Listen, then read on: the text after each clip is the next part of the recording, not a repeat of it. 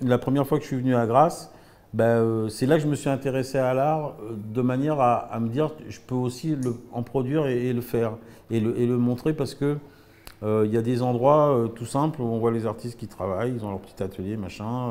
C'est un peu comme des artisans quoi finalement. Alors que bien souvent, l'art, on met ça dans un... Alors moi j'ai été diffusé par des très grandes galeries aussi, hein, dans le monde entier. Hein. Mais je pense pas que ça soit uniquement par ce biais-là qu'il faut évoluer dans l'art, quoi. Je pense qu'il faut quand même garder une espèce de simplicité et d'accès au public.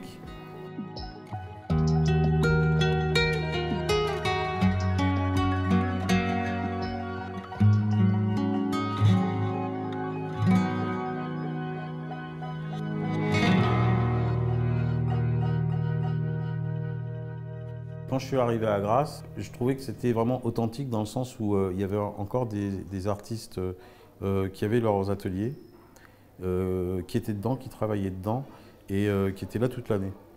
Alors maintenant, c'est plus, enfin c'est moins de, c'est passé de mode on va dire. C'est-à-dire que les gens sont plus curieux de ce genre de choses-là, ils préfèrent aller dans les belles galeries qui sont comment on appelle ça, luxuriantes, etc.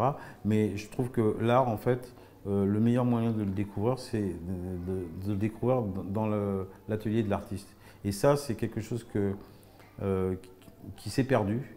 C'est-à-dire qu'aujourd'hui, on veut tous être des stars, des gens reconnus par le système. Et je pense que ça n'empêche pas d'être artiste. Il y a pas, Picasso, quand il bossait dans son atelier à Valoris ou à Antibes, il n'était pas exposé dans une belle galerie avec des gens qui étaient là pour uniquement vendre son travail. Je pense qu'en fait, l'intérêt que les gens devraient avoir pour l'art, c'est d'essayer de se rapprocher des artistes pour voir justement comment ils font, est-ce qu'ils ont quelque chose à leur dire, échanger quoi finalement. Alors je te parle en fait de voyages que je fais dans les différentes villes qui m'inspirent et ensuite je fais donc des photos avec des angles de vue bien précis pour donner des perspectives assez dynamiques. Ensuite, je transmets ces images sur un support métallique qui est bien souvent de l'aluminium ou de l'inox, par une technique qui s'appelle la sublimation. C'est une technique d'impression à chaud.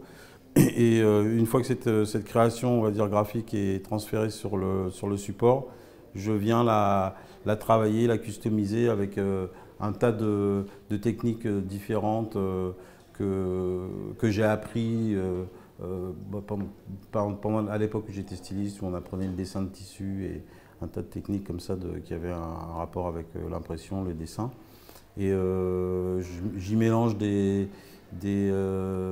strass, des matériaux en fait bien souvent qui reflètent un peu la lumière et qui évoquent la lumière des villes, l'intensité des couleurs. Et en fait, je recrée en fait la ville un peu à ma vision. Je mélange bien souvent les quartiers.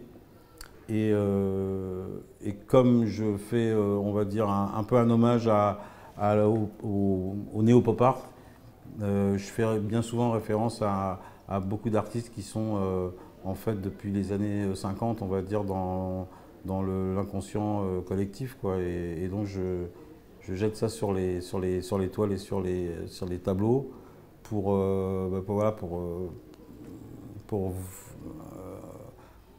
donner ma vision finalement personnelle de la ville, parce que je travaille plus particulièrement sur les villes. La raison de ma participation à cette association, c'est que déjà, Andrea, c'est une amie dont j'aime beaucoup le travail. Elle m'a invité en fait à faire partie de l'association pour développer ce lieu, pour faire venir aussi des gens, puisque moi je distribue aussi mon art par le biais de galeries. Et donc le but c'est en fait de faire connaître aussi les artistes qui font partie de cette association et d'essayer d'avoir une synergie, on va dire, collaborative, que ça soit autant bien artistique en restant avec nos œuvres personnelles, mais de faire une sorte de factory d'art dans ce lieu et dans cette ville qui est assez, enfin moi qui est une ville que j'apprécie beaucoup, qui est pleine de, on va dire, de richesses. Enfin, quand on se balade dans Grasse, il y a des choses magnifiques à découvrir. Il y a une architecture qui est vraiment particulière et qui est vraiment, je trouve, authentique. Les gens aussi le sont.